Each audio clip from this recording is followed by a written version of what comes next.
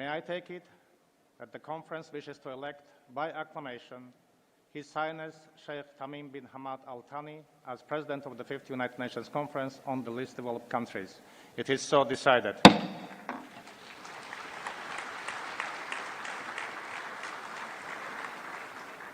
I congratulate His Highness on his election, and I invite him to take his seat at the podium to take over the proceedings of the conference, and I request the protocol to escort His Highness.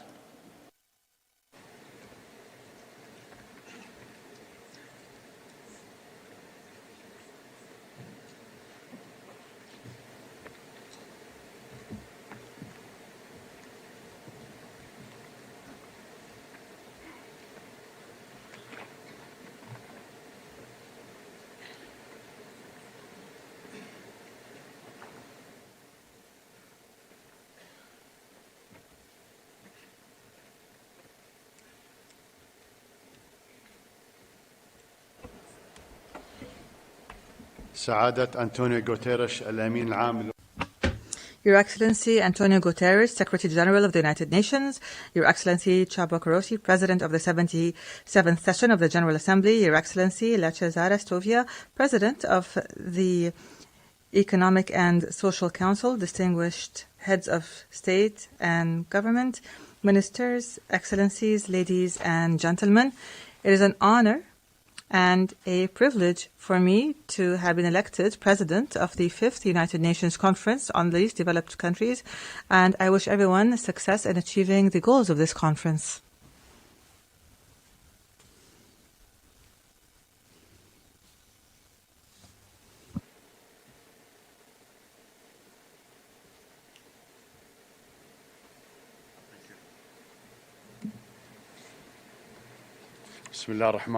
In the name of God, the most merciful, most gracious, peace and God's blessings be upon you.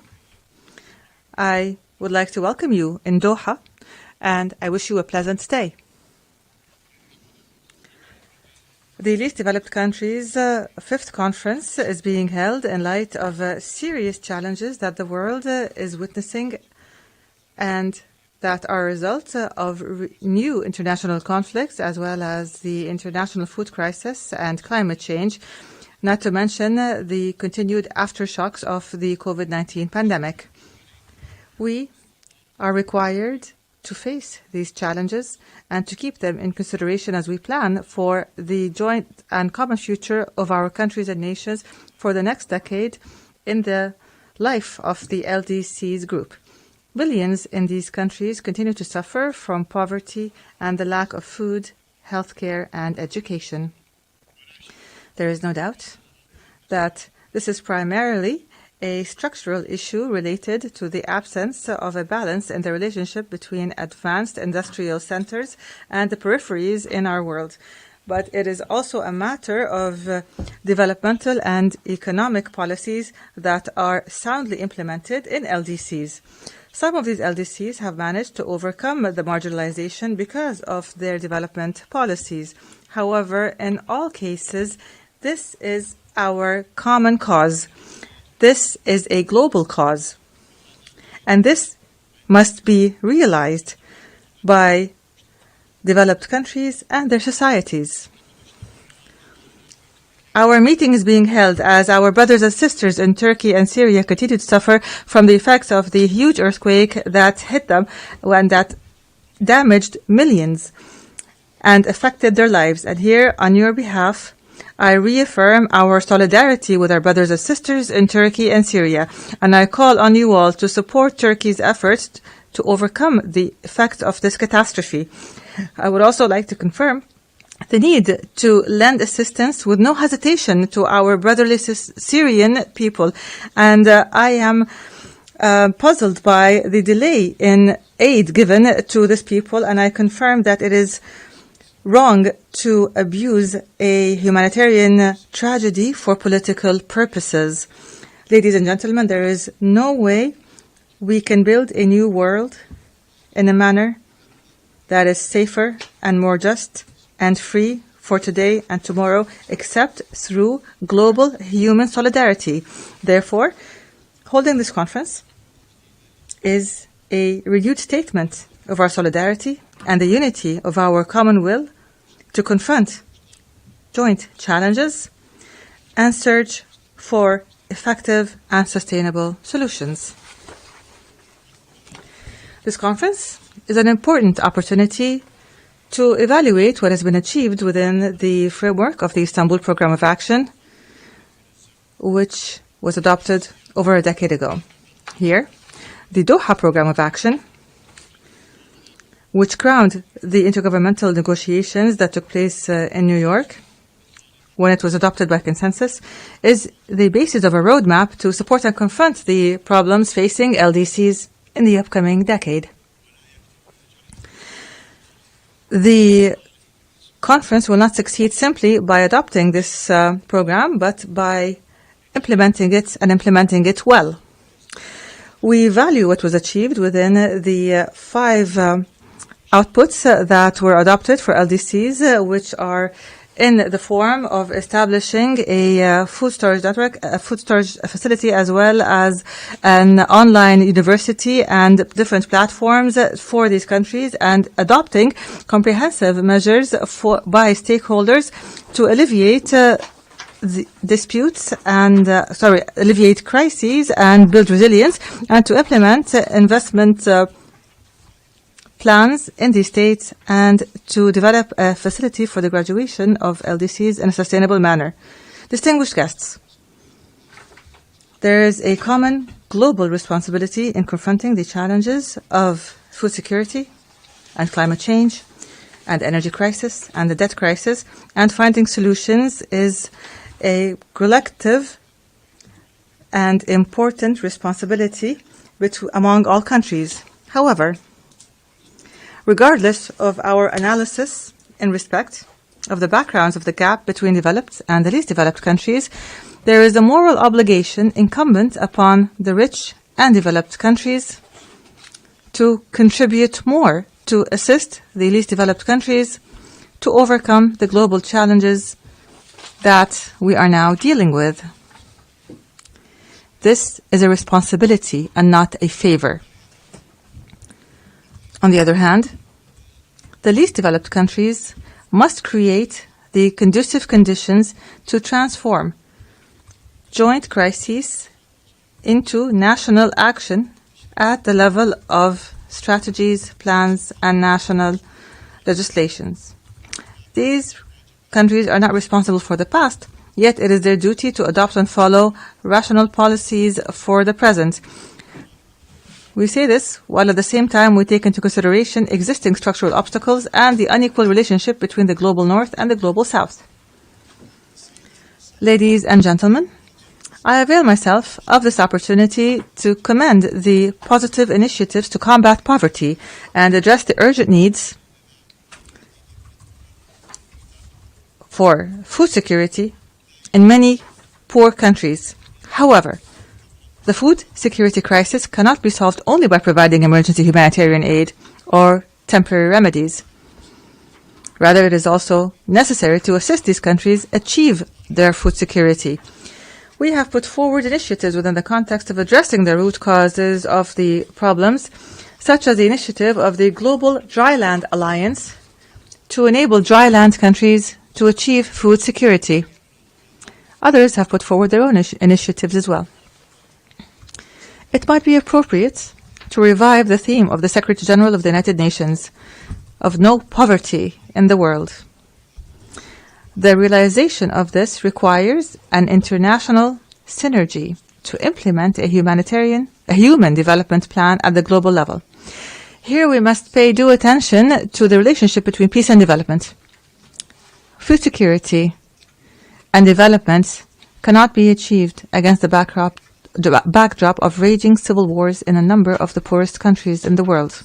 Ladies and gentlemen, in the context of our discussion of urgent international crises and their dire repercussions on least developed countries, we see the debt crisis, which has crippled the growth and development in these countries, as is strongly evident.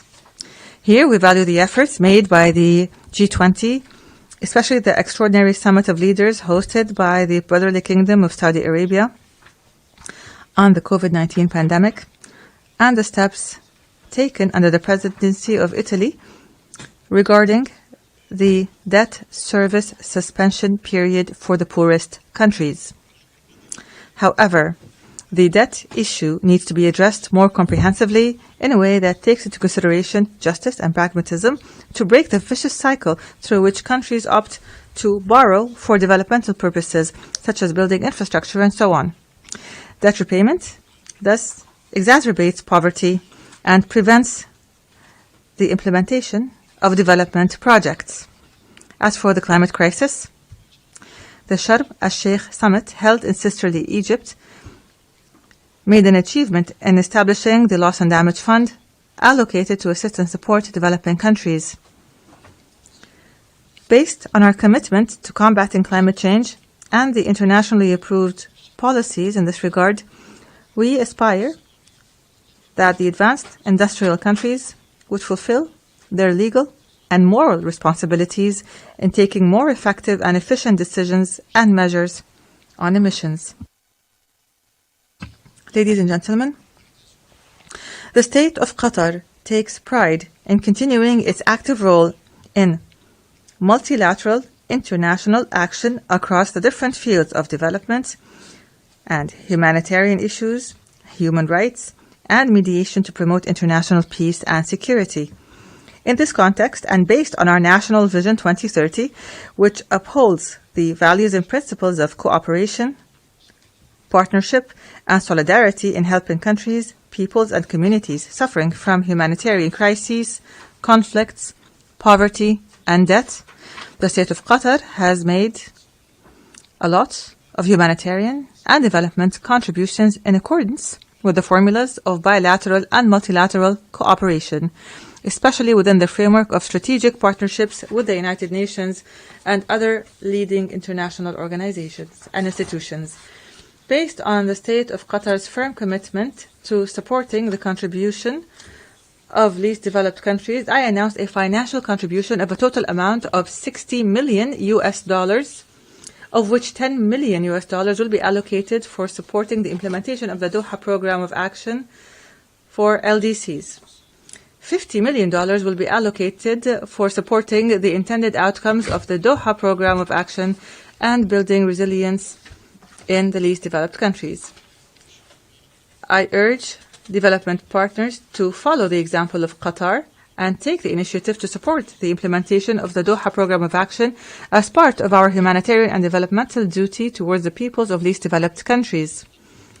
We are confident that this conference, and by means of building on the successes achieved in the course of realizing growth, prosperity, and creating sustainable livelihoods, it will contribute to supporting the least developed countries' march towards achieving development in the next 10 years, and in line with the 2030 Agenda for Sustainable Development. In conclusion, I welcome you again in Doha, the city that offers a spacious ambience for mediations and for debate and multilateral conferences and cultural activities and intellectual production. Doha, the city that has recently witnessed the most successful World Cup tournament ever. I wish this conference to realize its desired goals and to achieve the aspirations of the peoples of these countries whose attention is focused on what would come out from this important conference. May God's peace and blessings be upon you.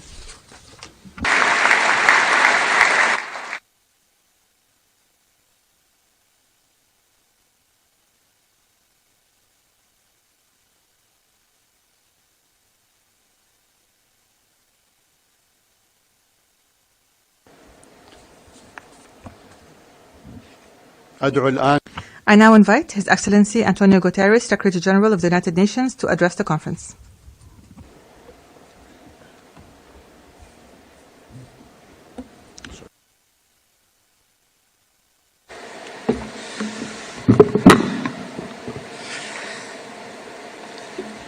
Your Highness, Excellencies, ladies and gentlemen, all protocol observed. This conference was originally scheduled to January 2022. The sudden cancellation due to the Omicron wave of the COVID-19 pandemic was yet another reminder that the world is subject to constant and unexpected change. And indeed, since then, we have seen the eruption of war in Ukraine with a devastating impact on Ukrainians, but also on least developed countries struggling with skyrocketing food and energy costs. Meanwhile, global tensions and divides are deepening, and so we must find ways to come together. And there is perhaps no more important issue around which we can and must unite than in transforming the words of the Doha Programme of Action into results. We don't have a moment to lose. Least developed countries are being stranded amidst a rising tide of crisis, uncertainty, climate chaos, and deep global injustice. They are unable to keep pace with lightning speed technological change.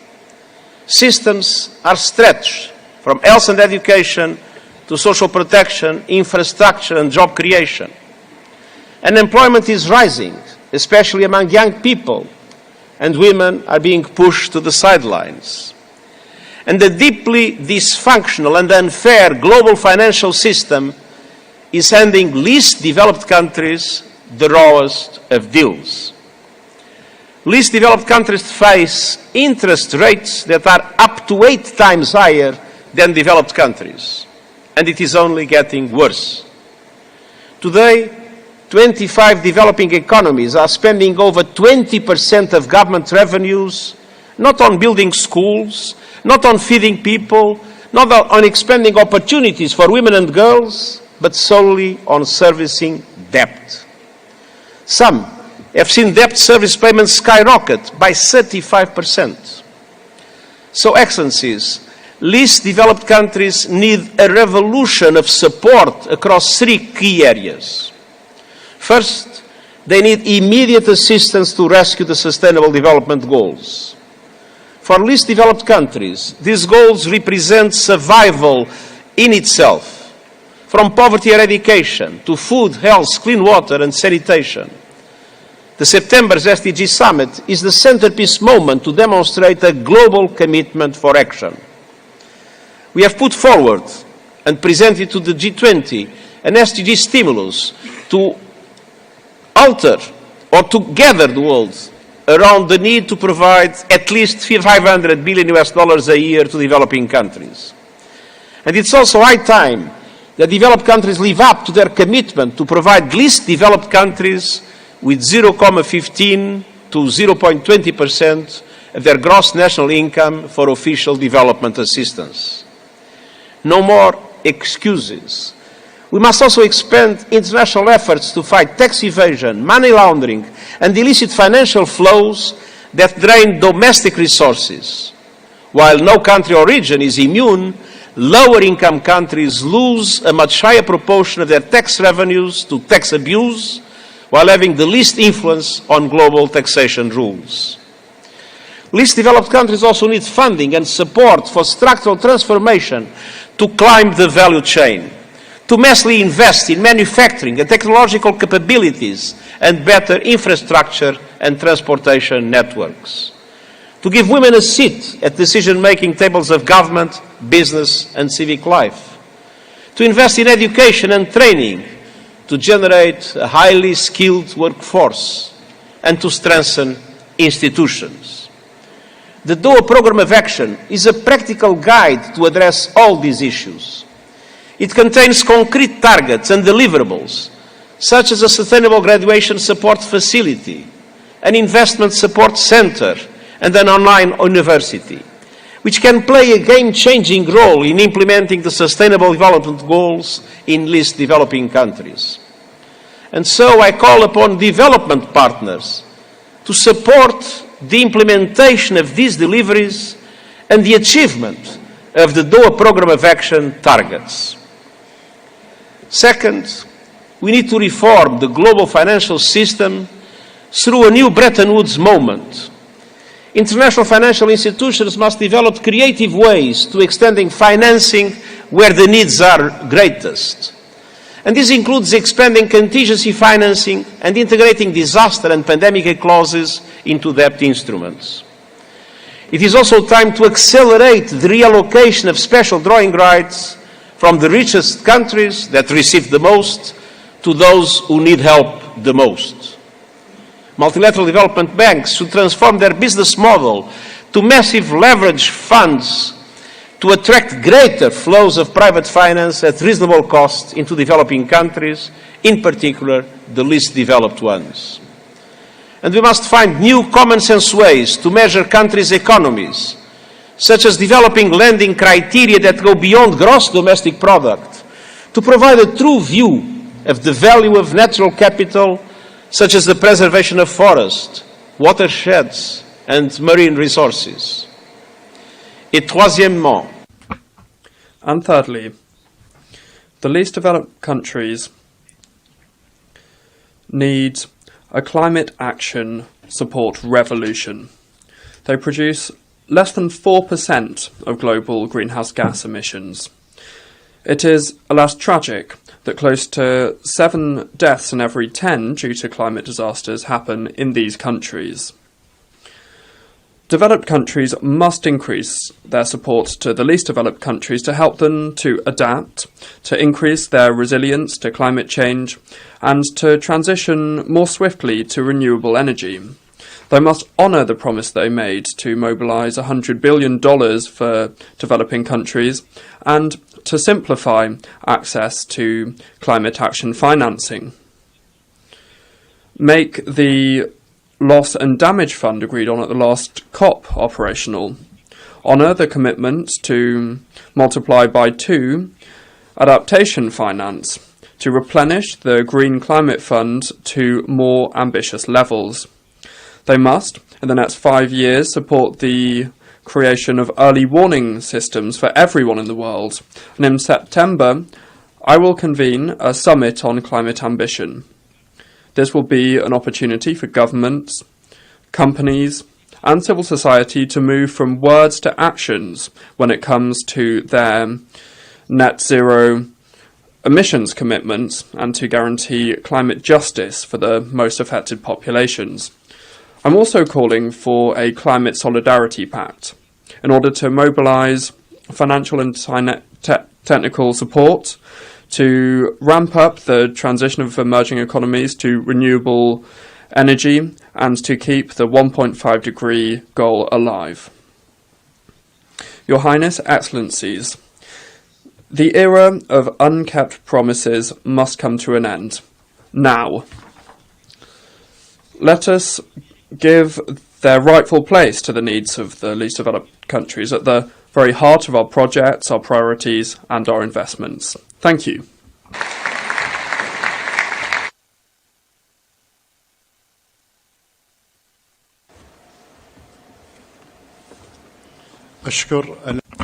I thank the Secretary General of the United Nations for his statement. The conference shall now hear opening statements in accordance with the recommendations by the preparatory committee established for the conference. I now invite His Excellency Chaba Korochi, President of the 77th Session of the General Assembly, to address the conference.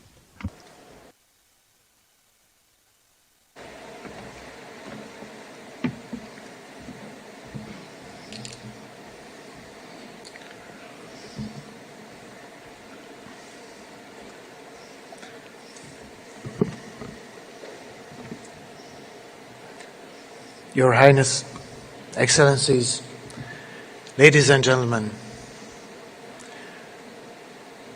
I thank the government and people of Qatar for their generosity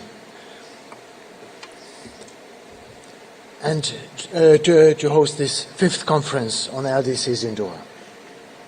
I'm grateful to have been invited to speak at the opening of this momentous event. Close to 2,000 years ago, the Greek historian Plutarch said, "An imbalance between rich and poor is the oldest and most fatal ailment of all communities." It is true to our global community today. This conference comes at a time when radical action to transform the economies of LDCs has never been more urgent. As we meet today, least developed countries have arrived at a crossroads on the path towards achieving the 2030 Agenda and its targets. It is deeply concerning to see that, according to the latest data, and in spite of the vast efforts, 1 in 3 people in LDCs are living in extreme poverty. Adding fuel to fire, the lingering long-term effects of pandemic, a tsunami of debt, exposure to disasters, and deepening inequalities. In many LDCs, women, girls, minorities, and other groups at risk still face large barriers in education, employment, and healthcare. And a shocking figure: even before the arrival of the pandemic, more than half of LDCs were in active conflict situations. Conflicts that will only be exacerbated by the disastrous impact of climate change. And by something equally ominous, that by the end of this decade, the demand for water is expecting to exceed supply by 40%. Evidently, much remains to be done by 2030. However, Excellencies, I am confident that we all want to deliver on our promise of achieving the 2030 Agenda and transforming the economies of LDCs. So let us take this time to decide on additional international support measures to advance the progress of LDCs. This will allow us to agree on renewed, genuine partnership between LDCs and development partners. Partnerships with a view to overcoming structural challenges, eradicating poverty, achieving development goals, and enabling more and more states to graduate from LDC category. For that to happen, it is imperative that countries feel real ownership of the Doha Programme of Action, a program of investing in people, of strengthening resilience and building international solidarity. Development partners should ensure that promises to LDCs to overcome their vulnerabilities are fulfilled. It was 42 years ago that the new Programme of Action was adopted by the international community in Paris with the goal of radically changing socio-economic situation in the LDCs. 4 decades and many lost opportunities later, we must hold ourselves finally accountable to the pledges we made. Excellencies, as we renew the global commitment to supporting the poorest and most exposed of the member states, we have a profound choice to make. Will we deliver our constituencies? Will we adapt our action to their needs and change the potential most of us are having to joint prosperity? Will we finally understand that, as the saying goes, we as a global community are only as strong as our weakest link? If we bolster the true partnership and harness technology and innovation, our goals can still be within reach by 2030. But to achieve that, all our decisions should be impactful and all our actions transformative.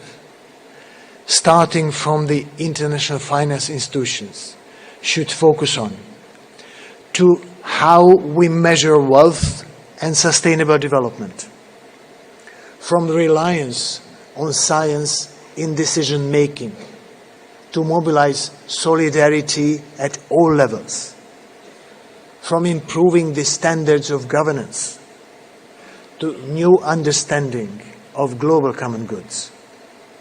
This progress will not be easy, but I sincerely hope and see no better option for humanity.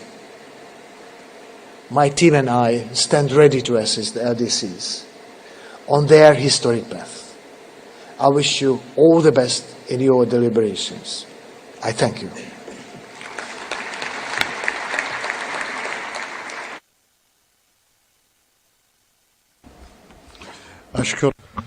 I thank the President of the General Assembly for his statement, and I now invite Her Excellency Lachezara Stueva, President of the 2023 session of the Economic and Social Council, to address the conference.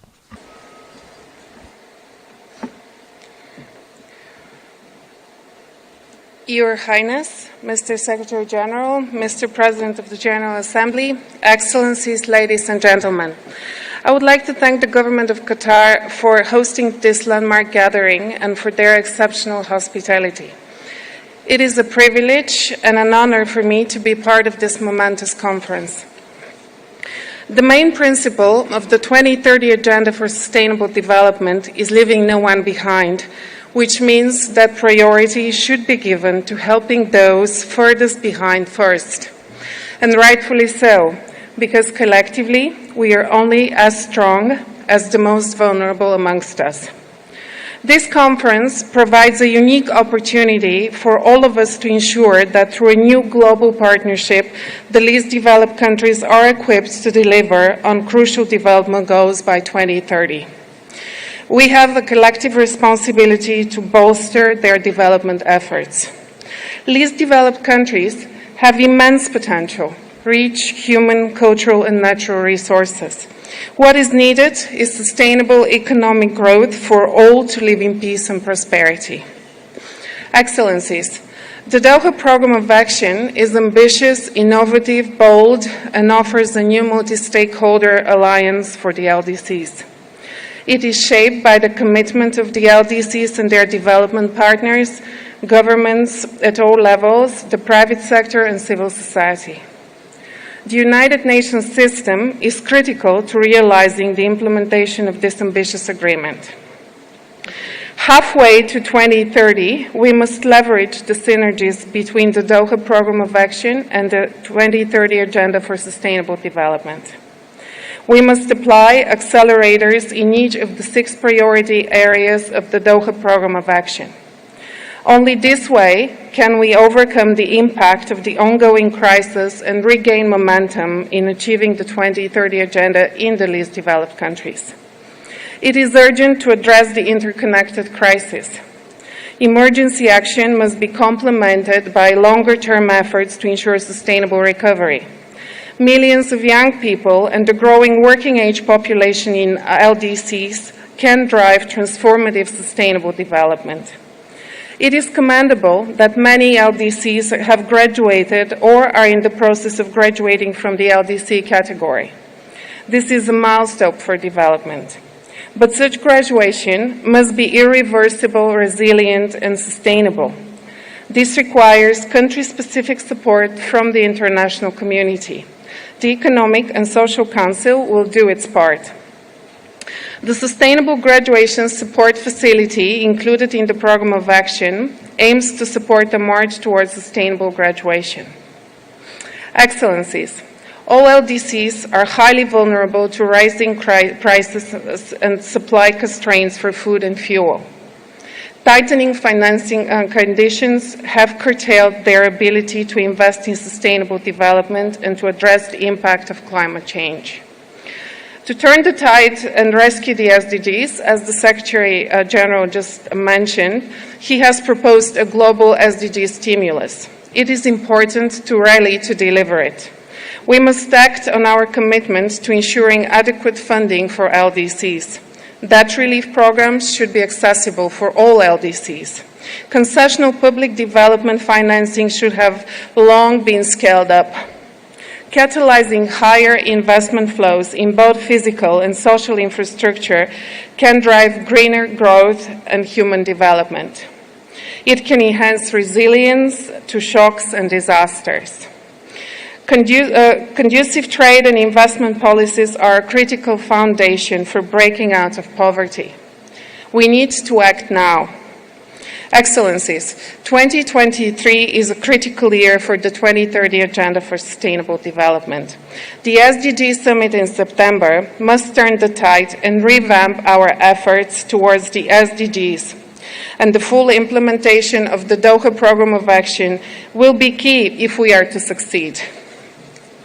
As President of the Economic and Social Council, I'm committed to mobilizing the whole ECOSOC system to help LDCs move from potential to prosperity. Let's make a difference together. Thank you.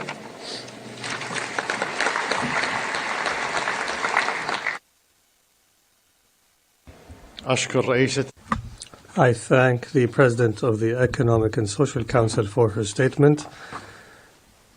I now invite His Excellency Lazarus McCarthy Chakwera, President of the Republic of Malawi and Chair of the Group of Least Developed Countries, to address the conference.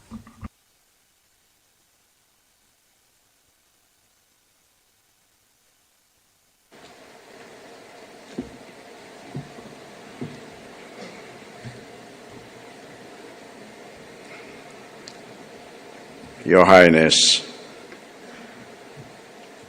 Sheikh Tamim bin Hamad Al Thani, Emir of the State of Qatar and President of LDC5, United Nations Conference, Your Excellencies, Heads of State and Government, Your Excellencies, Prime Ministers of Bangladesh and Turkey, Your Excellency, Mr. Antonio Guterres, Secretary General of the United Nations, Your Excellency, Ms.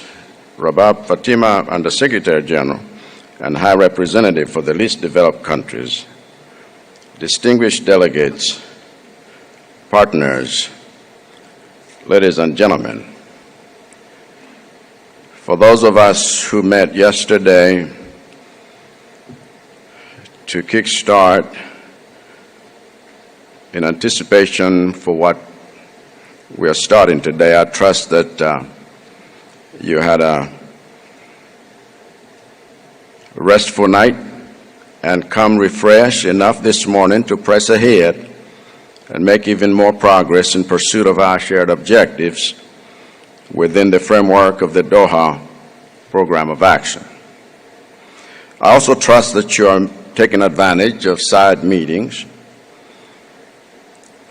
of this summit to have the necessary bilateral meetings for forging and strengthening the partnerships that will make the program a great success. Considering how well we have thus far been hosted by the State of Qatar, it is altogether appropriate for me to once again express utmost gratitude to His Highness, and congratulations for chairing this, and the government, people of Qatar, for their hospitality accorded all of us. At the same time, we owe a debt of gratitude to the UN Secretary General and the United Nations Office of High Representative for the Least Developed Countries, landlocked developing countries, and small island developing states for steering and coordinating the processes we are undertaking here. With friends like these, we need not fear any enemy. In fact, the enemy we need to be most vigilant against is our own complacency. We must recognize that what we are doing here in Doha makes this a pivotal point in world history. Just as the ancient era of world-conquering, warmongering kingdoms and empires gave way to a modern era of world policing, wealth-controlling, earth-polluting superpowers, so must this era give way to a postmodern one in which international and multilateral cooperation between nations, that treat each other as equals rules the day. And I believe that in pursuit of that world, the LDCs are setting the pace and must sustain the momentum. When we depart from here, we must together protect the momentum we are building here. We simply cannot afford to lose it. We cannot afford to have the momentum of the Doha Program of Action suffer the same disruptions the Istanbul Program of Action suffered. As such, we must not focus so much on what other nations have that we do not. The greatest progress is always made by those who focus on what they themselves have and how to use it to build something better. And in our case, we have the UN Sustainable Development Goals as a reminder of the better days that lie ahead of us. So let us not give up. Let us press forward to finish what we started, and I'm sure that our development partners will respond with the necessary technical and financial support the same way the state of Qatar has done. Thank you for your attention.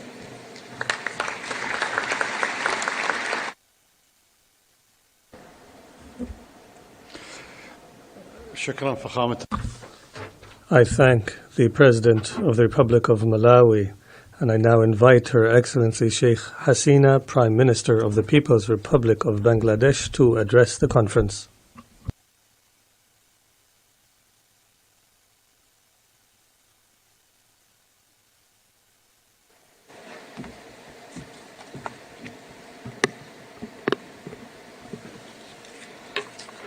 Bismillahirrahmanirrahim.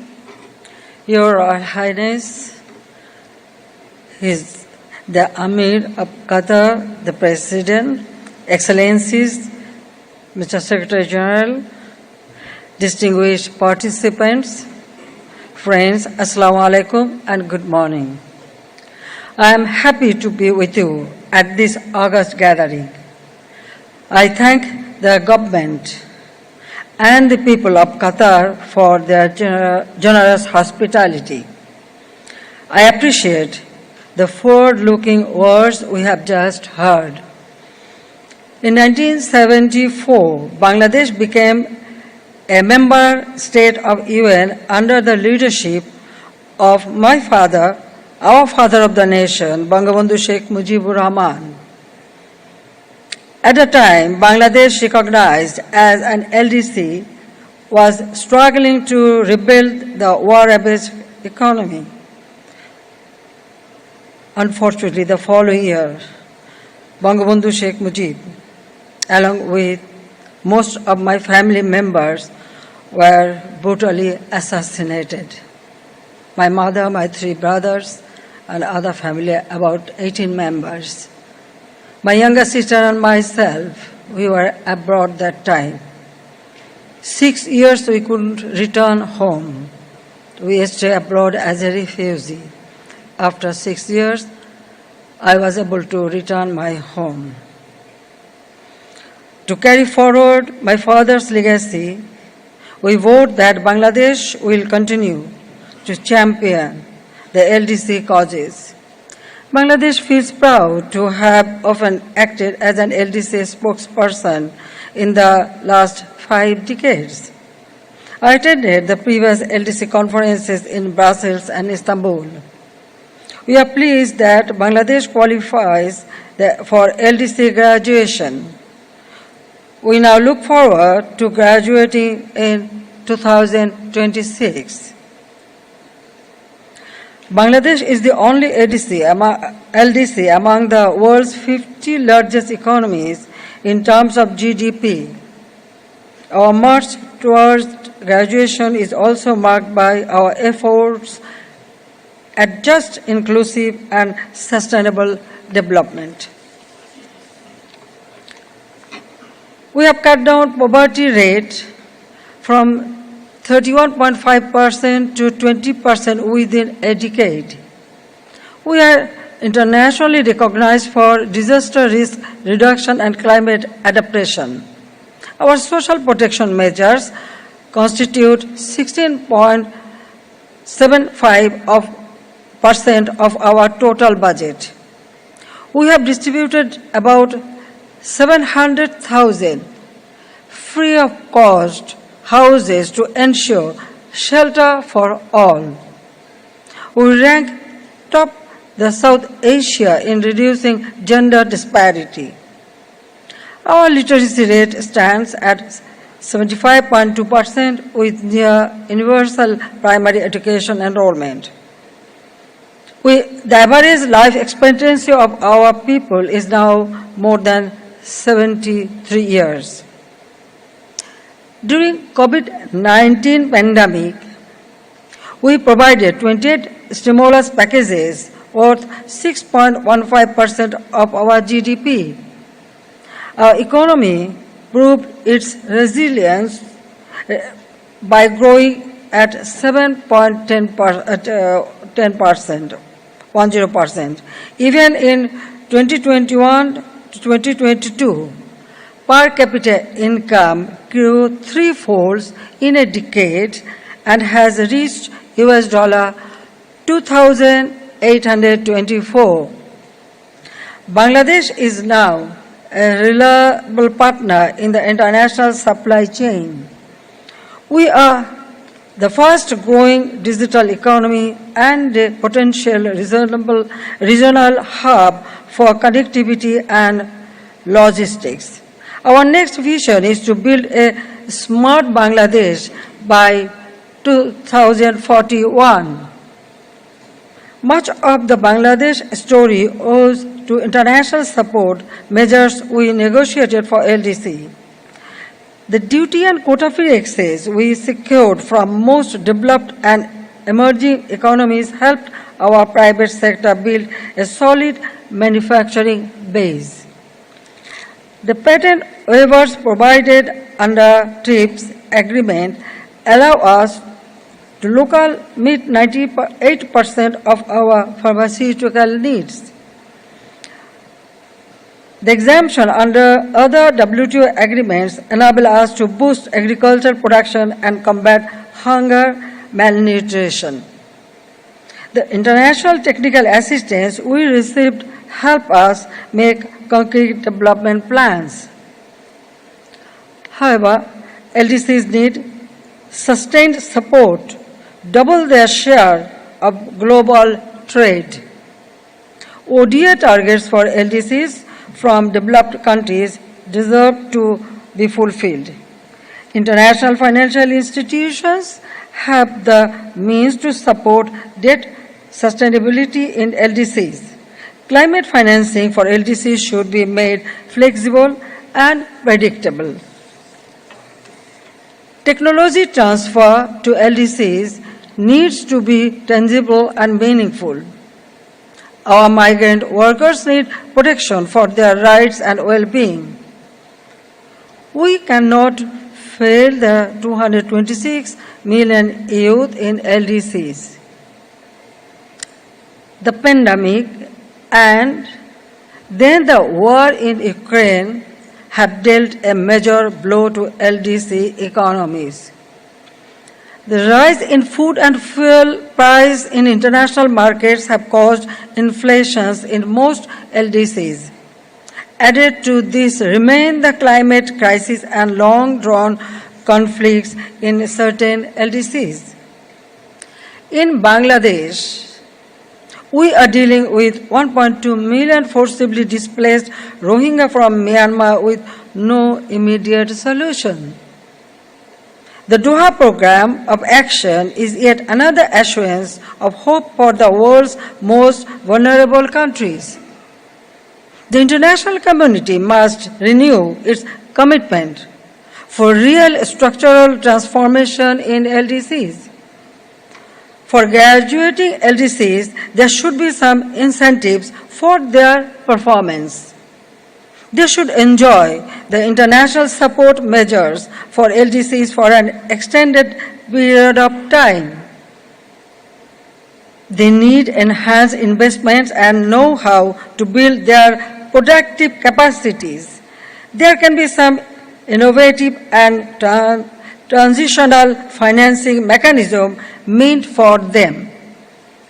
I can assure you that LDCs will also keep their side of the bargain.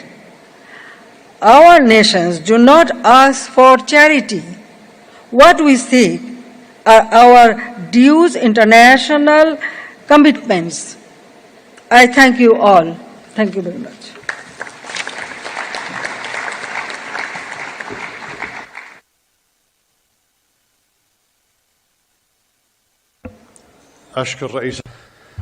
I thank the Prime Minister of the People's Republic of Bangladesh, and I now give the floor to His Excellency Mevlut Cavusoglu, the Minister for Foreign Affairs of Turkey, to deliver a statement on behalf of the President of the Republic of Turkey.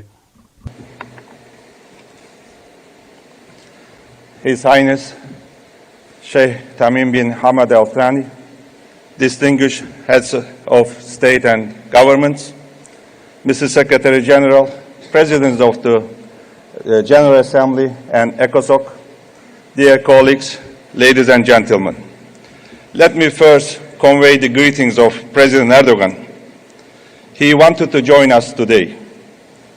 However, he had to stay in Turkey to supervise the relief and reconstruction efforts following the terrible earthquakes. President Erdogan considers sustainable development of the least developed countries as a top priority.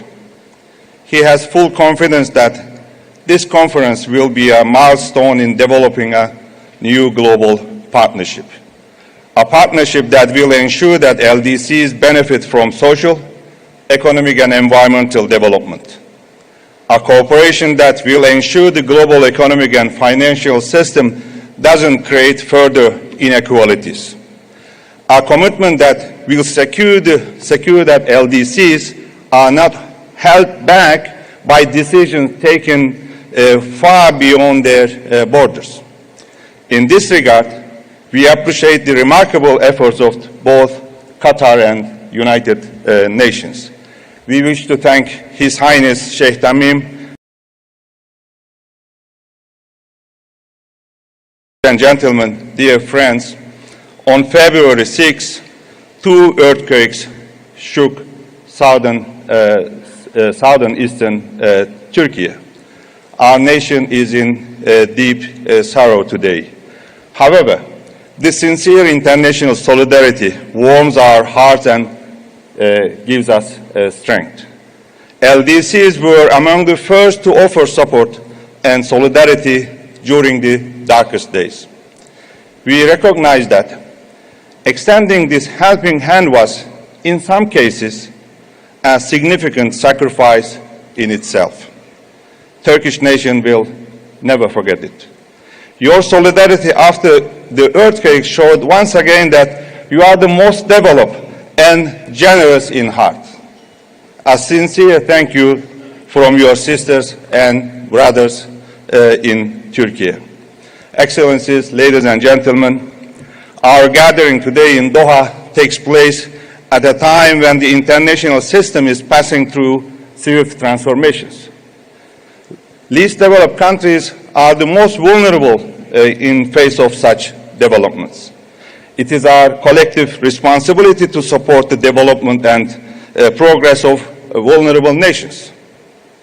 Turkey, as a long-standing and reliable partner of LDCs, is doing its best and remains committed. You may all remember President Erdogan hosted the LDC4 conference in Istanbul in 2011, which drew a 10-year roadmap. Our efforts didn't end there. We held the comprehensive midterm review of the Istanbul program in 2016 in my hometown, Antalya. Turkey, along with Belgium, is the co-chair of the group of friends of the LDCs at the United Nations. The UN Technology Bank in Turkey is the only UN agency dedicated to the LDCs exclusively. Finally, Turkey is one of the top-ranking countries in development and humanitarian assistance and contributes to LDC's efforts in many fields, including capacity building. Ladies and gentlemen, dear friends, we cannot leave the LDCs behind. We must act now without further delay. First, the food security. It's a shame that we are nowhere near ending hunger in the 21st century. The Istanbul Grain Initiative that we brokered with the United Nations helped every household around the world, especially in LDCs, by bringing down the global food prices.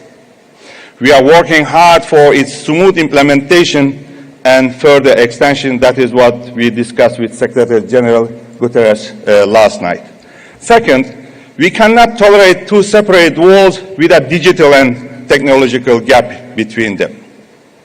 In the last decade of action to achieve sustainable and inclusive recovery, there is no time to lose. Third, we must break the vicious cycles that make development further difficult. The global economic and financial system must be reformed. We must find ways to combat climate change, which affects LDCs most, although they did nothing to cause it. Ladies and gentlemen, the Doha Program of Action succeeds in the commitments of the Istanbul Program and offers prospects to build resilience. We invite all nations to embrace the program and scale up international efforts. Once again, our sincere thanks to the State of Qatar and the United Nations. Thank you very much.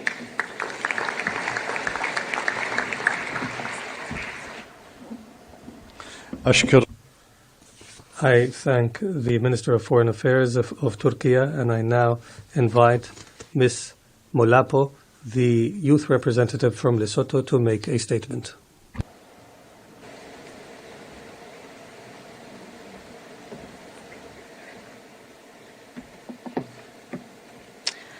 Your Excellencies, distinguished delegates, fellow youth, Sabah al Khair. I am humbled to be standing before you this morning, not on my accord, but to represent the 226 million young people from all 46 least developed countries.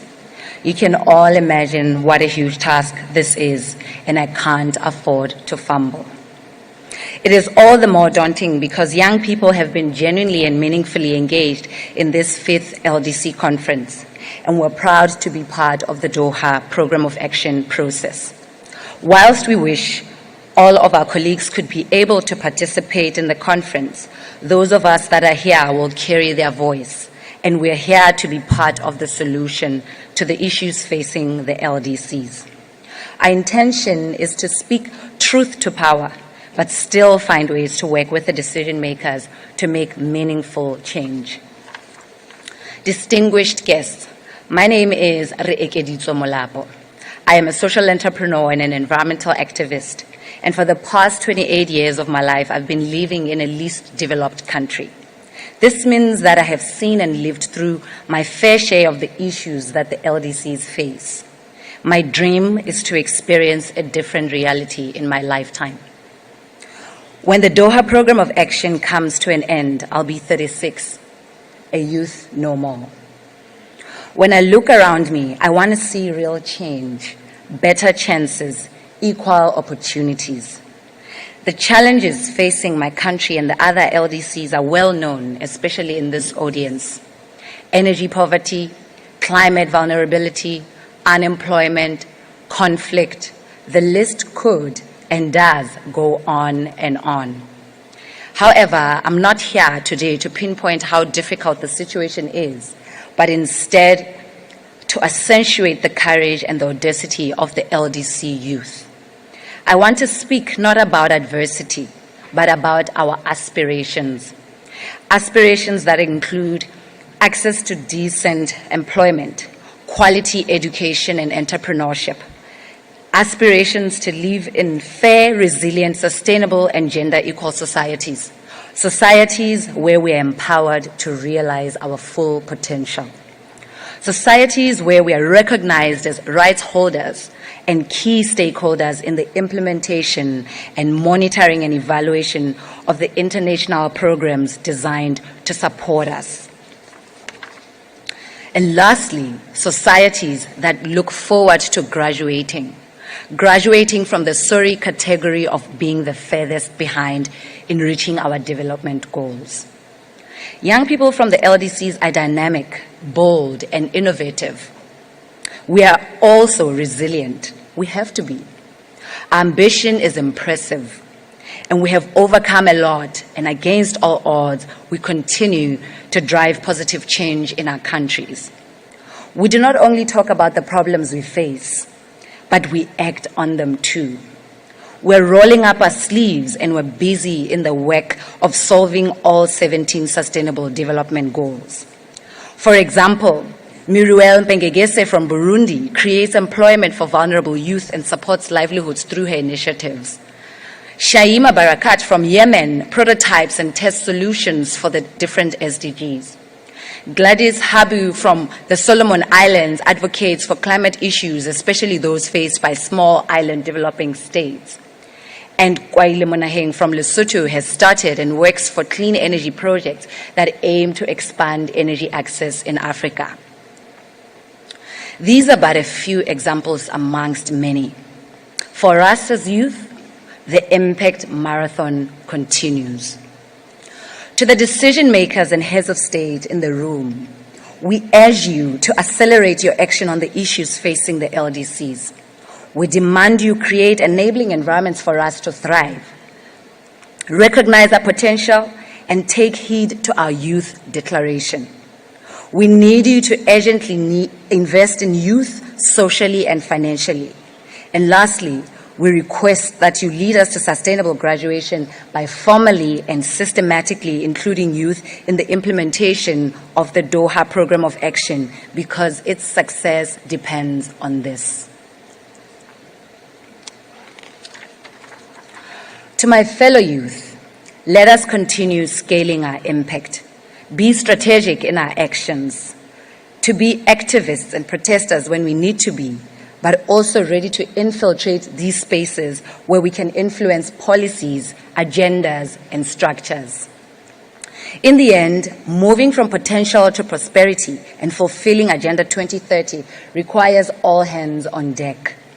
A partnership with the youth in the LDCs, a revision of old unsustainable systems, and a commitment by individuals, institutions, civil society, the private sector, and governments to reach this collective goal. Dear colleagues, the LDC category is almost twice as old as me. Let us work together to make sure we will not need it for another 50 years.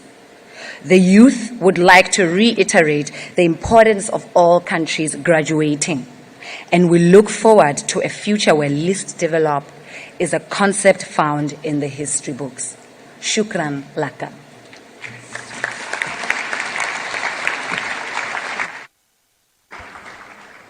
Shukran. Thank you.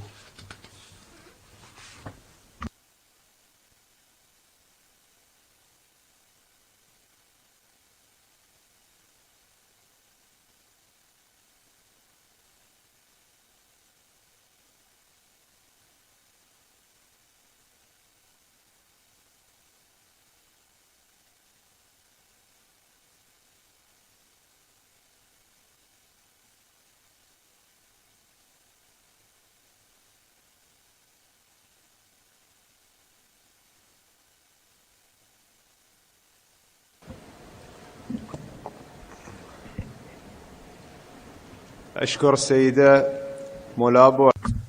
I thank Ms. Molapo for her statement.